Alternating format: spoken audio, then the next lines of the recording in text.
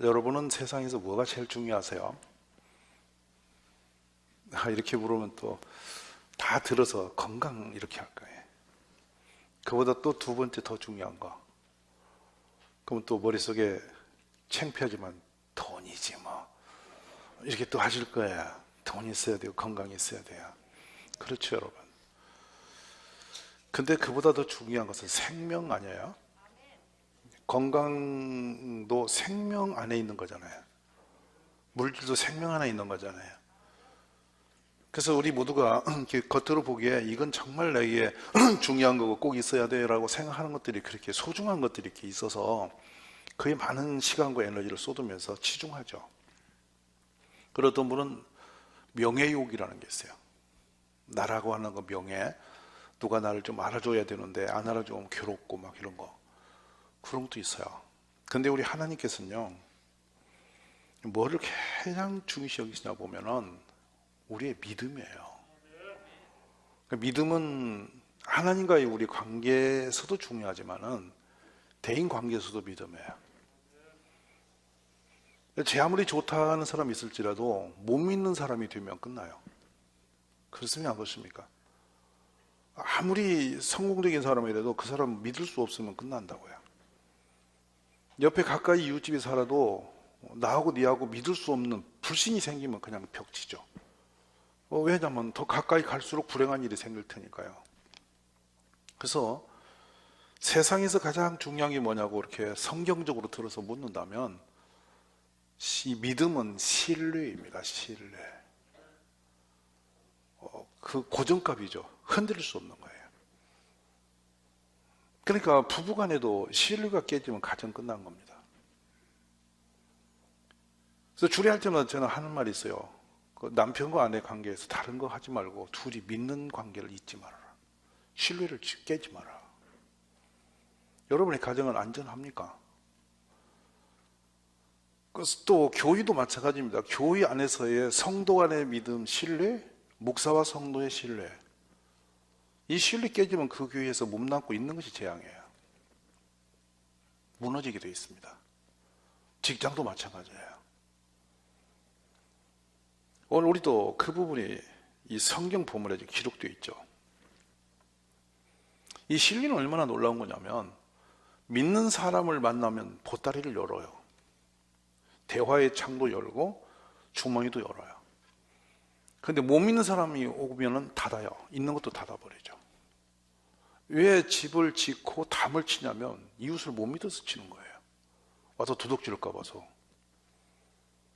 그러니까 불신이 커질수록 담이 높아지고 좀 더 불신이 커지면 거기다 유리병 꽂습니다. 근데 겉으로는 담을 치고 유리병을 꽂는 것도 굉장히 중요하지만은 마음으로 담을 쳐버리죠. 불신.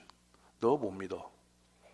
근데 못 믿으니까 너는 내 가까이 올수록 해가 되는 거야. 그냥 끊어. 이렇게 되는 거죠. 결국엔 주변 사람들로부터 신뢰가 강해질수록 그 사람은 행복해지고 권세가 따르게 됩니다.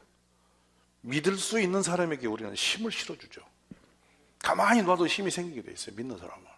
사람들에게 신뢰를 가지고 있는 사람은 그냥 어디 가도 존경하게 돼 있어요. 근데 신뢰라는 것은 작은 것부터 틈이 나고 말에 의해서 무너지기도 하고 행동에 의해서 무너지기도 하고 환경이나 여러 정황으로서 무너집니다. 근데 이걸 영적으로 딱 들어가 보면 어떤 상태가 되냐면 에덴 동산이 무너진 것은 폭력적인 사건이 아니에요. 그냥 뱀이 하나님을 불신하게 만드니까 에덴이 무너져요. 유일하게 형과 동생 둘이 있죠. 가인과 아벨이. 형은 동생을 보호할 의무가 그 당시 있었거든요. 무조건 큰 보호자입니다. 그런데 동생을 들여다가 쳐 죽입니다. 불신이 들어와서 최초로 일어난 것은 형이 동생을 쳐 죽인 사건이에요. 천륜의 문제를 깨버린 거죠. 그래서 중요한 것은 이 불신이 우리 속에 들어올 때는 반드시 뒤끝이 무서운 환난과 재앙이 딸려온다는 거예요. 조만간 당신의 삶에는 우리가 누구를 불신하거나 믿어야 할 사람과의 관계가 깨어질 때 불신이 점점 자라고 있으면 당신은 곧 망합니다. 예언적입니다. 가정도 직장도 교회도 뭐도 국가고 간에 서로 못 믿으면 깨지게 되어 있습니다. 그 믿음이 무너지고 나면 많은 것이 의심으로 일어나고요, 불신이 일어나면 사람에 대한 증오심도 일어나기 시작합니다. 이것을 배신이라고 말하죠. 오늘 성경이 하나님은 공의로우신데요, 너무도 공의로우신데 불의한 자들을 엄히 징계하시겠다, 이것이 25장까지예요. 그리고 곰핍한 자, 빈곤한 자를, 악자한 자를 악인으로 치고 하나님이 징계하시겠다고 경고를 하신 게 25장이 기록된 성경이에요. 근데 26장에 딱 들어와서 천사들에게 문을 열으라는 거예요. 참 굉장히 중요합니다. 게이트를, 문을 활짝 열어놔라. 근데 그 문을 열린 문으로 아무나 못 들어온다. 근데 들을 수 있는 사람들이 있는데 누구만 들어오냐면 공의로우며 신뢰하는 믿음으로 자기를 지키고 있는 자만 들어오게 해라. 이게 곧 천국이죠. 하나님은 천지의 주제시며 창조주이심을 믿습니까? 그리고 우리 세상이 다 모든 걸 속여도 하나님을 속일 수 없죠. 그러니 너는 알라, 오직 너 하나님 여호와는 하나님이시여 신실하신 하나님이시라. 그를 사랑하고 그의 계명을 지키는 자에게는 천대까지 그의 언약을 이행하시며 인애를 베푸시되 그를 미워하는 자에게는 당장에 부응하며 멸하시라니. 여호와는 자기를 미워하는 자에게 지체하지 아니하시고 당장에 그에 부응하시느니라. 저는 이 중에서 사실 종종 하나님의 축복 가운데 있었던 분들에 대해서, 인물사에 대해서 많은 생각을 했어요. 왜냐하면 비슷하게라도 가면 뭐가 될 것 같아서. 막연한 신앙생활이 아니고 하나님이 내버린 사람, 내치신 사람과 하나님 축복한 사람은 선명하단 말이에요. 이게 애매하질 않아요. 그런데 이제 이스라엘 사람들이 하나님의 백성으로 선민으로서 가장 존중하고 자랑스러이 여기는 그 이름이 한 분 있어요. 그분이 바로 아브라함이에요. 도대체 아브라함이 75세에 갈대아 우르, 저 메소포타미아 멀고도 먼 이방 나라에서 조각을, 우상 조각을 깎아서 팔아먹는 공업인인데 그 늙은 나이에 하나님이 부르셨단 말입니다. 근데 그 장면을 이렇게 포로로 그 땅에 다시 그 메소포타미아 쪽으로 포로로 잡혀갔다가 다시 돌아온 이스라엘 백성들에게 믿음이 회복되지 않는 그 이스라엘 백성을 향해서 느헤미야가 설교하면서 그 아브라함을 소개해요. 우리 조상 아브라함이 어떻게 복을 받는지 아냐? 지금 우리는 실패자다.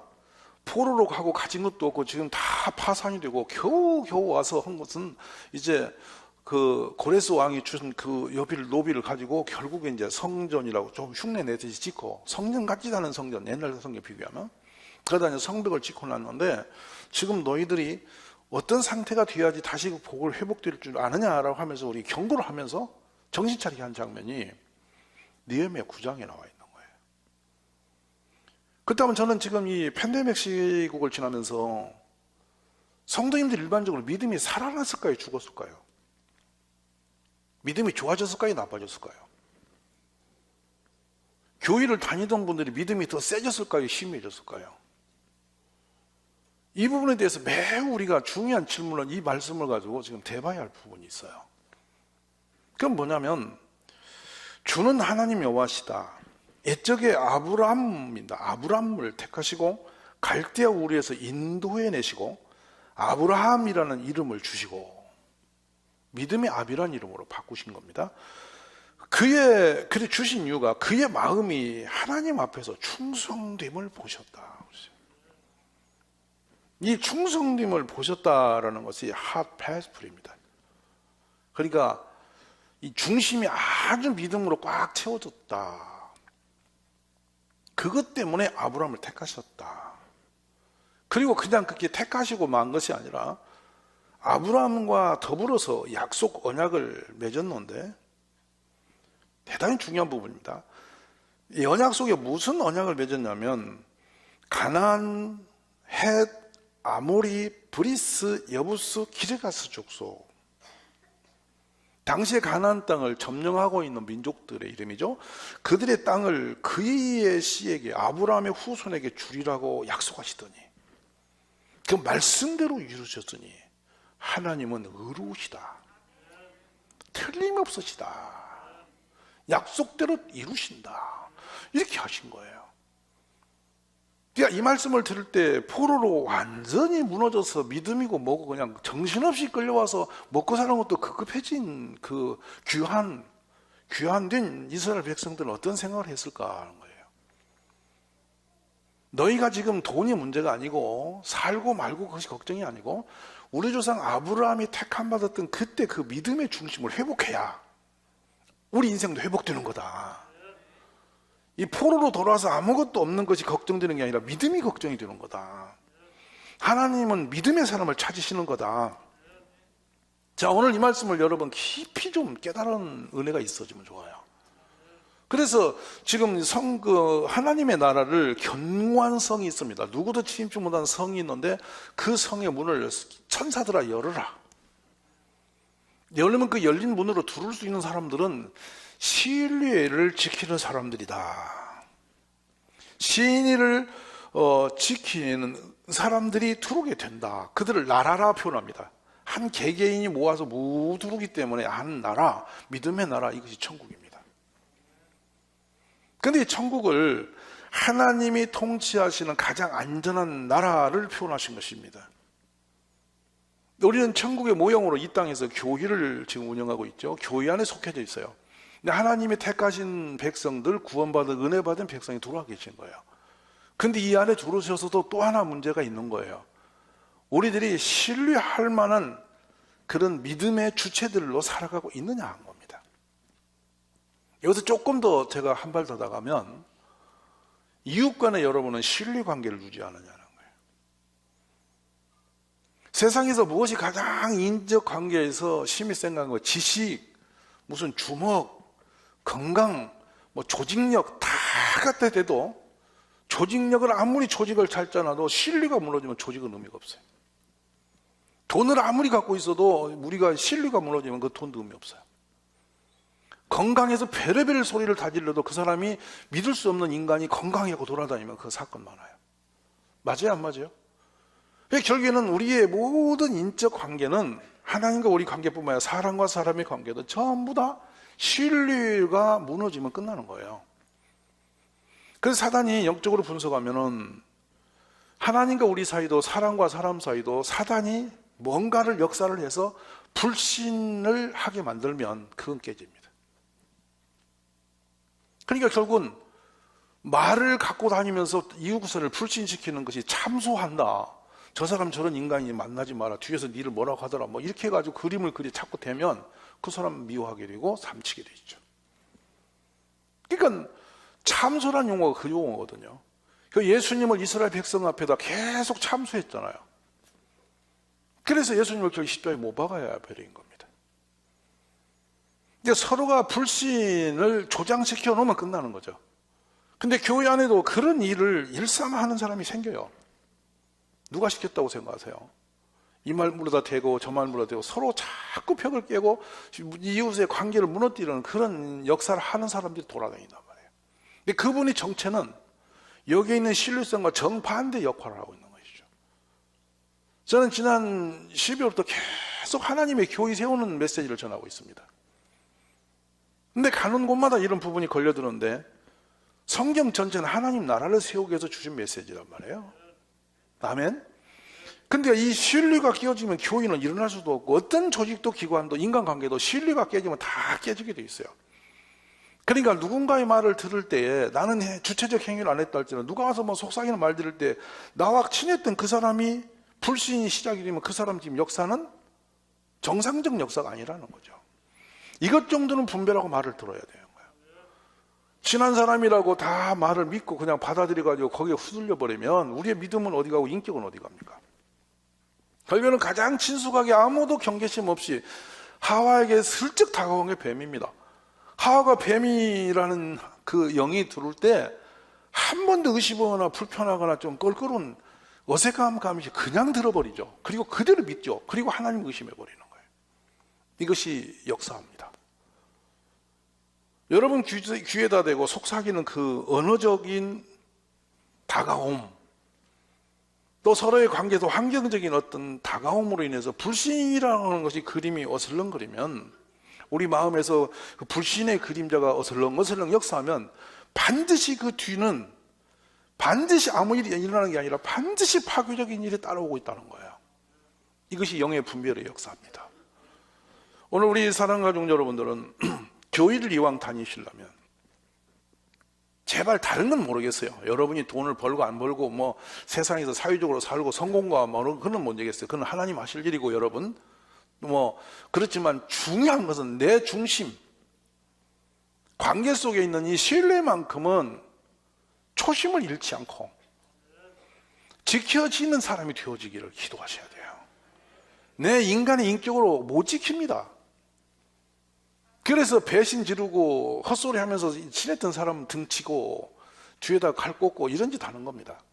그런데 그 뒤에는 반드시 뭐가 있냐면 나쁜 악령이 역사를 하고 있어서 그 주체가 지금 쓰여지는 그 사람이 정상적 궤도로 가는 게 아니라는 거예요. 그리고 본인이 그러다가 계속 자기는 구덩이를 파는 거란 말이에요. 그러므로 어쨌든지 믿음으로 일어서기를 자꾸 힘을 쓰셔야 됩니다. 사람 관계도 믿어지면 안심이 되잖아요. 안 믿어지면 그 사람은 뭐 행위받아도 불안해지잖아요. 믿으시란 말이에요. 우리 서로 신뢰를 회복하는 축복이 있어져야 돼요. 그래서 그럽니다. 이사야 55장 7절에 보면 악인은 그의 길을 불의한 자는 그의 생각을 버리고 여호와께 돌아오라. 하나님께 돌아온다는 것은 정리를 하고 돌아오라는 거예요. 그가 긍휼히 여기시리라. 우리 하나님께 돌아오라. 그가 너그럽게 용서하시리라. 하나님이 얼마나 신실하시냐면 이는 비와 눈이 하늘로부터 내려서 그리로 돌아가지 아니하고 땅을 적셔서 소출이 나게 하며 싹이 나게 하여 파종하는 자에게는 종자를 주며 먹는 자에게는 양식을 준 것 같이 내 입에서 나가는 말도 이와 같이 헛되이 내게 돌아오지 아니하고 나의 기뻐하는 뜻을 이루며 내가 보낸 일에 형통함이니라 그랬거든요. 하나님처럼 정확한 분이 없다. 비가 내려서 그냥 흘러가는 게 아니라 반드시 싹을 나게 하지 않냐? 비가 내리면 반드시 열매를 맺게 하지 않냐? 그 소산을 가지고 먹을 거리가 생기지 않느냐? 그만큼 하나님은 정직하시고 생산적이신 분이다. 하나님이 원하시는 코스에 우리 삶이 놓여지기를 기도하셔야 됩니다. 그래서 이제는 어떤 상황이 되더라도 하나님과 우리 사이, 또 사람과 사람 사이, 가까운 이웃과의 관계 속에서 절대적으로 불신적인 이야기나 문제를 들어서 갖다 자꾸 속상해서 사람 잡아뜨리는 일은 꿈에도 하지 마십시오. 그 사람이 다녀가면 믿음이 생겨야 되고요. 그 사람이 다녀갔던 이웃과 관계가 살아나고요. 이런 역사를 하고 다녀야지 그 사람이 다녀갔던 이웃하고 적이 생기고요. 의심이 생기고요. 교회가 의심이 생기고 목사가 의심스러워지고 이런 식으로 말을 흘리고 다니는 사람은 정체가 틀렸다는 거예요. 큰일 날 사람이라는 거예요. 겉모양이 여러분 그럴듯해서 되는 게 아니라 그 중심에 들어있는 영이 지금 실체가 문제라는 것입니다. 오늘 이 본문이 굉장히 중요한 말씀입니다. 하나님 우리를 불러들이실 건데 천사를 통해서 문을 여시고 하나님 나라를 열어놓으시고 불러오신다는 거죠. 근데 불러오는 사람은 신뢰할 만한 사람, 믿음을 가진 사람만 오는데, 그래 부른 사람들이 뭐라고 하냐, 들어와서 하나님을 어떻게 부르냐 봤더니 아버지라고 부른다는 거예요. 어이 끔찍하님, 여러분 어떻게 천지를 주재하신 왕 중에 왕이신 하나님을 아버지라고 감히 부르면 하나님이 이게 이렇게 되는데 바로 너는 내 자녀라 이렇게 이야기를 하신다는 거예요. 이런 축복이 우리에게 있어요. 이 관계가 깨지지 않기를 기도하셔야 됩니다. 곧 창세전에 그리도 안에서 우리를 택하사 우리로 사랑 안에서 그 앞에 거룩하게 하고 흠없게 하시려고 그 기쁘신 뜻대로 우리를 애정하사 예수 그리스도로 말미암아 자기 아들들이 되게 하셨으니 이는 그가 사랑하시는 자 안에서 우리에게 거저 주시는 바 그의 은혜의 영광을 찬송하게 하는 것이다. 이미 자격이 없고 밖에 있던 우리들을 그 긍휼히 여기서 택하고 부르셔서 자녀 삼으셨다. 그리고 이제 하나님의 관계는 아버지와 자녀 관계니까 이거는 불신이 일어나서는 안 되는 관계다. 우리 하나님은 그림자도 없고 우리에게 불의한 일을 하지 아니하시며 결코 하나님을 믿는 믿음 안에서 나쁜 일을 절대 허락지 않는 분. 아멘. 어떤 환경이 나를 속인다 할지라도 믿음만은 흔들 수 없다. 하나님은 결국은 좋게 하실 것이다. 지금은 환경이 아주 나빠, 내가 시험에 들어 너무도 어려워도 결국은 좋게 하실 것이다. 그런 하나님을 절대적으로 신뢰하는 믿음이 우리 안에 일어나야 된다는 것입니다. 그래서 3절에 보면 주께서 심지어 견고한 사람을 평강하고 평강하도록 지키시리니 이는 그가 주님을 신뢰합니다. 우리가 주님을 신뢰하면, 심지어 견고한 그 믿음으로 주님을 신뢰하면 평강하고 평강하도록 있는데, 이게 무슨 말씀이냐면 안으로 밖으로 모든 것이 평화롭게 안전하게 지켜주실 거다, 이 말씀인 거예요. 뭐 집안이 밖에서 아무리 편하고 집안에 들어가서 불난 나면 그 집이 편안하겠습니까? 또 뭐 환경이 조용해도 이 심령이 불안하면 불편하면 그 사람이 평화가 있겠습니까? 이 안팎으로 모든 것을 다 평화롭게 하시는 것은 하나님의 은혜거든요. 근데 그 은혜는 그냥 오는 게 아니라 믿음 안에 사는 자만 누릴 수 있다 하는 것이에요. 포기하고 싶을 때 무릎을 꿇고 아버지 이름을 부르면서 눈물로 매달리는 것, 그것이 신앙입니다, 여러분. 감사할 수 없는 환경, 상황에서 마음이 갈기갈기 찢겨질 때 아버지 앞에 주님은 아시지 않습니까? 아버지는 아시죠. 이렇게 나아가서 모든 근심 염려 뒤로 내어놓고 염려하지 말고 모든 일에 기도와 간구로 우리 아픈 문제를 기도거리 삼아서 하나님께 감사함으로 아뢰면 우리 하나님께서 우리를 지켜주실 것이다 말씀하는 겁니다. 말씀을 마치면서 한 고백을 들으십시오.